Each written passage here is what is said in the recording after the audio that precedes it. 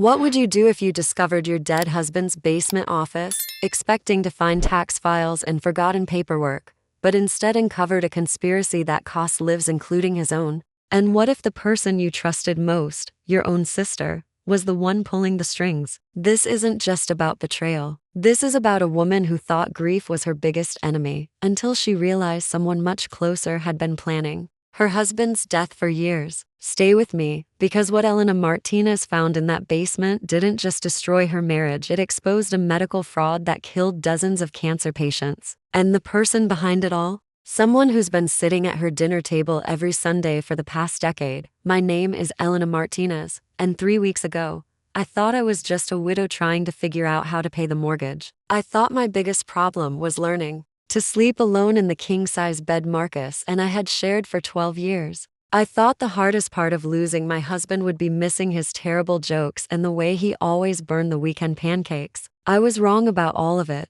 Marcus died on a Tuesday morning in October. Pancreatic cancer, stage 4. We'd fought it for 8 months, through chemo sessions that left him hollow-eyed and weak, through experimental treatments that cost more than our annual salary, through nights when I held his hand and pretended I wasn't counting his breaths. The doctors said he responded well initially. The tumor shrank, his energy returned. For 6 beautiful weeks, we thought we were winning. Then it came back faster and more aggressive than before. 3 weeks later, he was gone. The funeral was exactly what Marcus would have wanted. Small, quiet, filled with his colleagues from the financial planning firm and our neighbors from the tree-lined street in Lincoln Park where we'd built what I thought was a perfectly ordinary life. Carmen, my younger sister, flew in from Denver. She held my hand during the service, brought casseroles I didn't eat, and stayed an extra week to help me sort through Marcus's things. That's what good sisters do, right? They show up when everything falls apart. It was Carmen who suggested I clean out Marcus's basement office. You can't heal if you're surrounded by reminders, she said, folding his sweaters into neat piles. Besides, there might be insurance papers down there or account information you'll need. She was practical like that, always thinking 3 steps ahead, always solving problems I didn't even know I had. Marcus had claimed the basement as his workspace when we bought the house. It was nothing fancy, just a desk, 2 filing cabinets, and a bookshelf lined with financial planning textbooks and medical journals. The medical journals always seemed odd to me. When I asked about them once, he said they helped him understand his clients better. Half my job is talking people through their healthcare costs, he'd explained. I need to know what I'm talking about. It made sense. Everything Marcus did made sense. The basement felt different after he died. Colder. The air was stale, like it had been holding its breath. I spent 2 days going through files, organizing tax returns, and boxing up papers that seemed important, but meaningless. Then I found the locked drawer in his desk. Marcus had never mentioned a locked drawer. In 12 years of marriage, he'd never hidden anything from me. At least, that's what I thought. The key wasn't hard to find. Marcus was predictable about these things. He kept spare keys in the small wooden box on his bookshelf, right next to his collection of fountain pens. I expected to find more financial documents, maybe some old love letters from his college girlfriend, or the watch his father had given him before he died. Instead, I found a world I never knew existed. The drawer contained 3 cell phones I'd never seen before, a stack of photographs, and a manila folder thick with documents. The phones were dead, their screens black and unresponsive. But the photographs, those told a story I wasn't prepared to read. They showed Marcus with a woman I'd never seen before. Asian, maybe 40, with kind eyes and a warm smile. They weren't intimate photos, nothing romantic or secretive. They looked like colleagues, friends, partners in something I couldn't identify.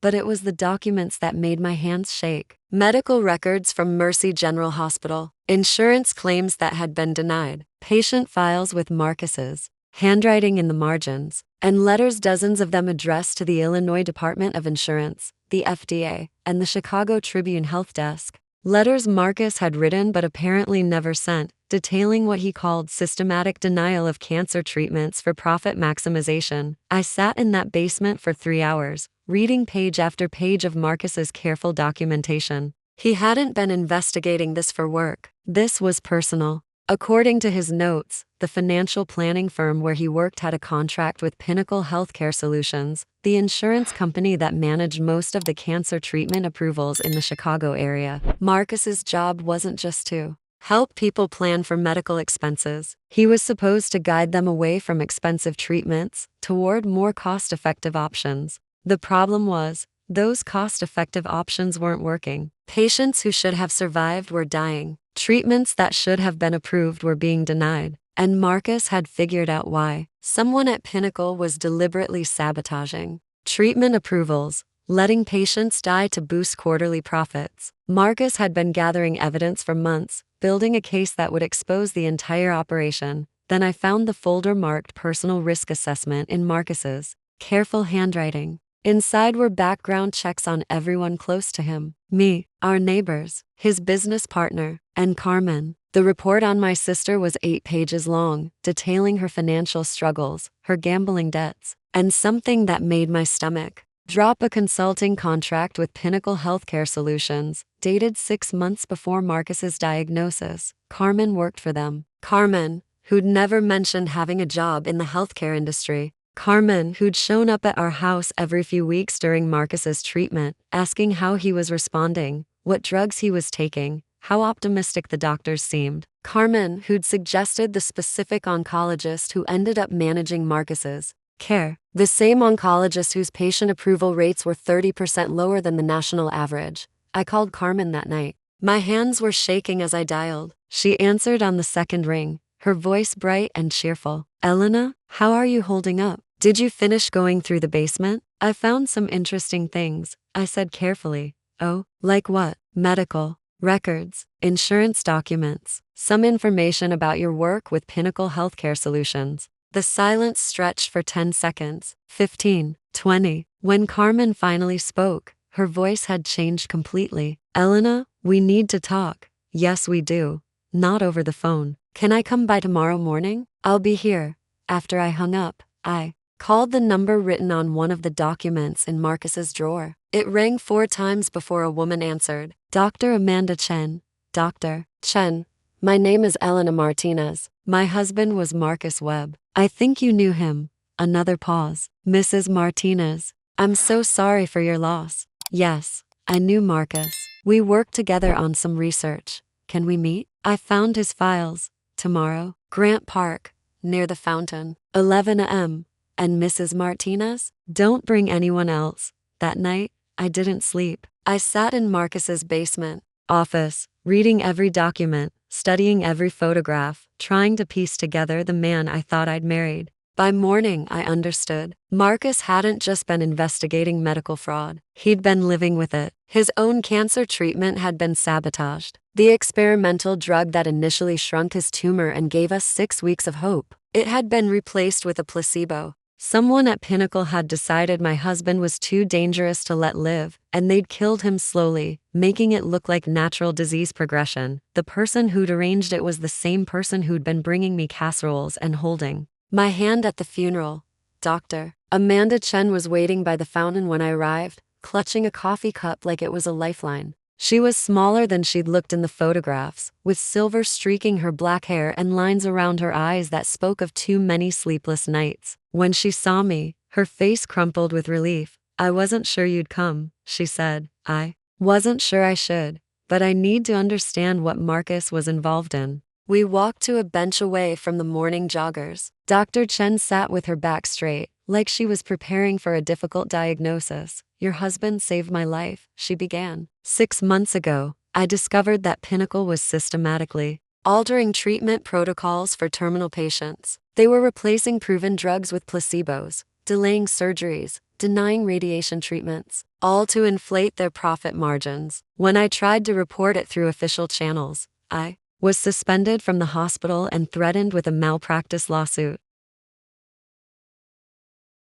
That's when you contacted Marcus? He contacted me. Apparently, he'd been tracking unusual patterns in the insurance claims he was processing. Patients who should have lived were dying. Families who should have received payouts were being denied. He'd figured out that someone at Pinnacle was cooking the books, but he needed medical expertise to prove it. Doctor. Chen opened her purse and pulled out a small digital recorder. We documented everything. Patient names, altered prescriptions, forged medical opinions. We had enough evidence to shut down Pinnacle and send a dozen executives to prison. We were planning to go public next week. What happened? Someone found out. Marcus got a call. On October 15th, the day before he died. A woman's voice, he said. She told him that if he released the evidence, his own treatment would be terminated. Not just discontinued, actively sabotaged. He said he wasn't afraid for himself, but he was worried about you. He thought they might target you too.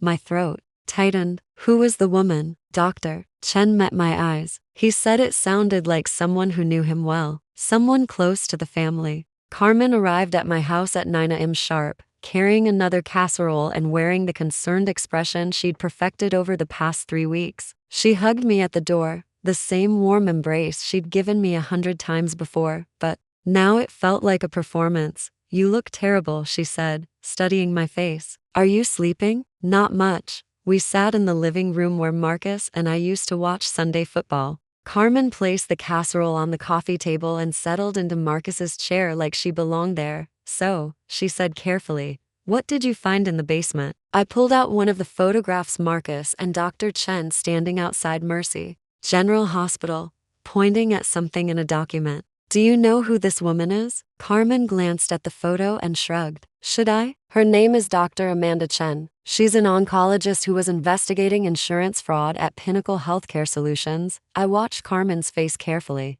The company you work for. Carmen's expression didn't change, but her hands stilled on her lap. Elena, I think you're confused. I work in graphic design. No, you don't. I pulled out the consulting contract. You've been working for Pinnacle for 8 months. Your job was to identify high-risk patients whose treatments could be modified to reduce costs. Carmen looked at the document for a long moment. When she raised her eyes to mine, the concerned sister act was gone. In its place was something colder, more calculating. How much do you know? She asked quietly. I know Marcus was gathering evidence against Pinnacle. I know someone threatened him. I know his treatment was sabotaged. I leaned forward. And I know you were the one who recommended his oncologist. Carmen stood up and walked to the window, looking out at the street where we'd played as children. You want the whole truth? I deserve it. She turned back to me, and for the first time in weeks, her face was completely honest. You've always had everything handed to you, Elena. The scholarship to Northwestern, the perfect husband, this beautiful house, the loving marriage everyone envied. Do you have any idea what it's like to be the sister who gets nothing, who watches from the sidelines while you live the life I wanted? So you decided to destroy it? I decided to get paid for once. Carmen's voice was flat, matter of fact. Pinnacle hired me to monitor their high-exposure cases. Patients whose families might ask too many questions, whose medical records might be scrutinized. When I learned Marcus was investigating them, I realized I had a choice. Report him to my supervisors, or find a more permanent solution. The room felt like it was tilting. You killed him. I made sure his treatment followed a specific protocol. The experimental drug he received, it worked exactly as designed. For 6 weeks. Then we switched it to saline solution. His cancer came back because we let it come back, because he was threatening to destroy a very profitable operation. I stared at my sister, the woman who'd held my hand at our mother's funeral, who'd been my maid of honor, who'd spent last Christmas morning making pancakes in this same kitchen while Marcus dozed on the couch. Why are you telling me this? Carmen smiled, and it was the coldest expression I'd ever seen. Because you're going to help me finish what I started. She reached into her purse and pulled out a small glass vial filled with clear liquid. This is the same compound we used to accelerate Marcus's cancer progression. Completely undetectable in standard blood work. It causes rapid cellular deterioration in patients with compromised immune systems. What are you talking about? Your biopsy results came back yesterday, Elena. You have cervical cancer, early stage, highly treatable. Your survival rate is 95% with proper treatment. Carmen held up the vial. But accidents happen. Treatment protocols get confused. Sometimes patients don't respond as expected. My hands went numb. What biopsy? The one Dr. Peterson performed during your last physical. You remember, The appointment I helped you schedule? With the doctor I recommended? Carmen's smile widened. The results will be in your patient portal by this afternoon. Your appointment with the oncologist is tomorrow morning. The same oncologist who managed Marcus's care. You gave me cancer? I gave you a diagnosis. The cancer was already their early stage, completely manageable. But now you have a choice. You can forget everything you found in Marcus's basement. Stop asking questions and receive the standard treatment protocol that will save your life. Or you can keep digging into Pinnacle's business and discover that your particular case is more complicated than initially diagnosed. I felt the walls of the room pressing in. Carmen had been planning this for months. My husband's death, my diagnosis, my future. She'd orchestrated everything with the precision of a financial planner and the cruelty of someone who'd been planning revenge for years. What do you want? I whispered.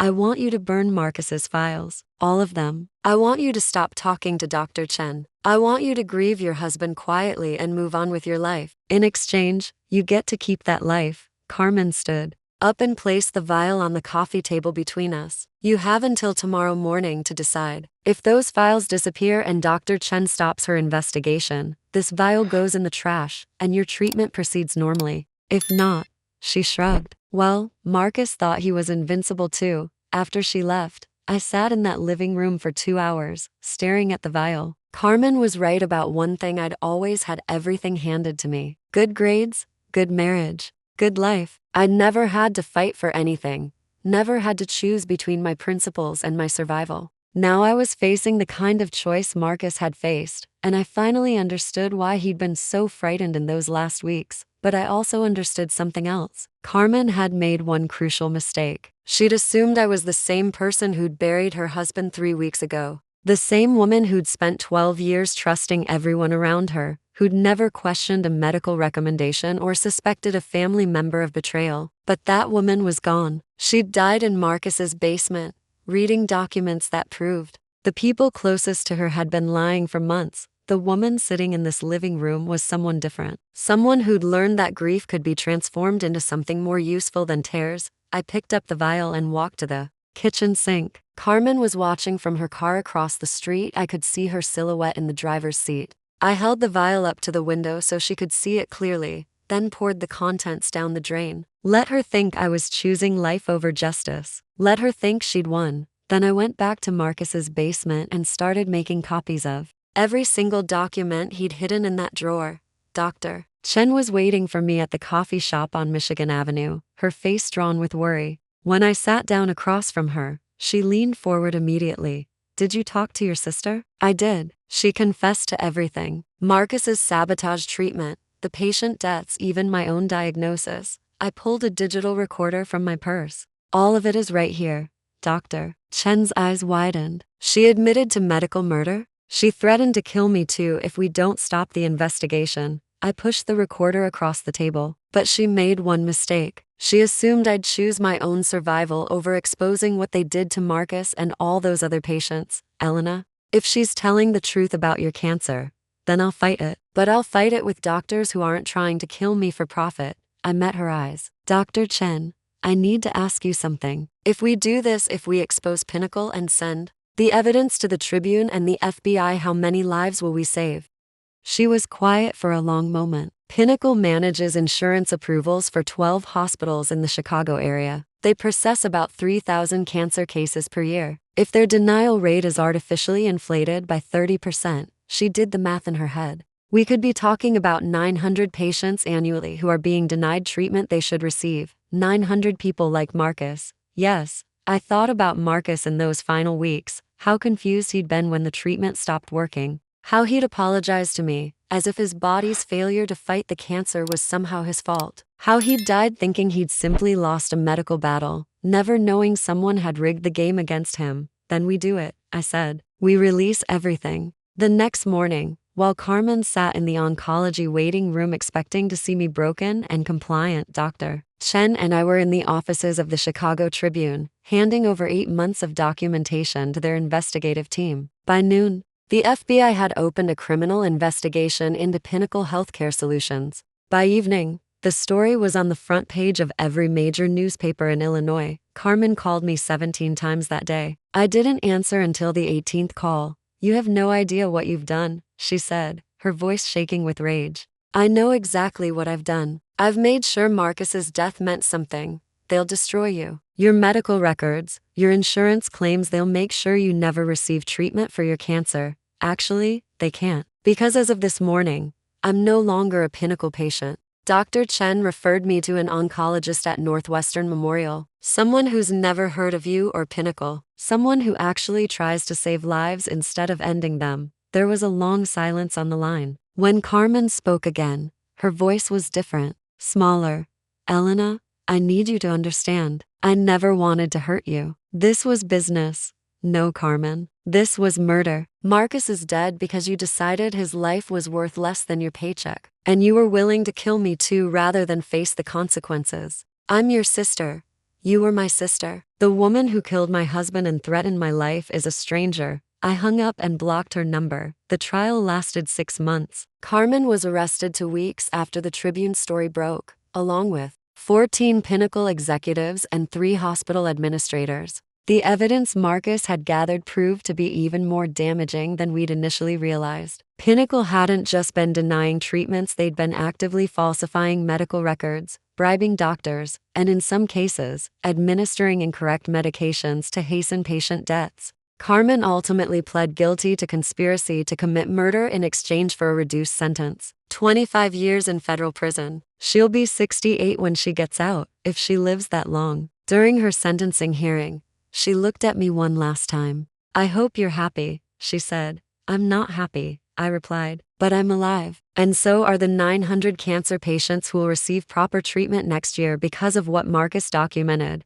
As for my own cancer, the diagnosis was real, but caught early, just as Carmen had said. With proper treatment from doctors who weren't trying to kill me, I made a full recovery. 6 months of chemotherapy, followed by surgery, followed by 2 years of monitoring. Clean scans every 3 months. No sign of recurrence. I moved out of the house in Lincoln Park. Too many memories of the life I thought I'd been living. The marriage I thought I'd understood. The sister I thought I could trust. Instead, I bought a small apartment in Evanston, close to Northwestern Memorial, where I started volunteering with cancer patients who were navigating insurance denials. Dr. Chen and I started a nonprofit organization called the Marcus Webb Foundation. We help families appeal treatment denials, connect them with pro bono legal resources, and advocate for transparency in insurance approval processes. It's not enough to bring back the patients Pinnacle killed, but it's something. It's a way to make sure Marcus's death saved lives instead of just ending his own. Sometimes people ask me how I knew Carmen was guilty, how I had the courage to risk my own life to expose her. The truth is, I didn't know anything for certain until she confessed. But I learned something important in that basement office, reading through Marcus's careful documentation of lies and betrayal. When someone you love dies, you have two choices. You can spend your life grieving what you've lost, or you can spend it fighting to make sure nobody else loses the same thing. Marcus chose to fight, even knowing it might cost him his life. The least I could do was finish what he started. Carmen was wrong about one thing.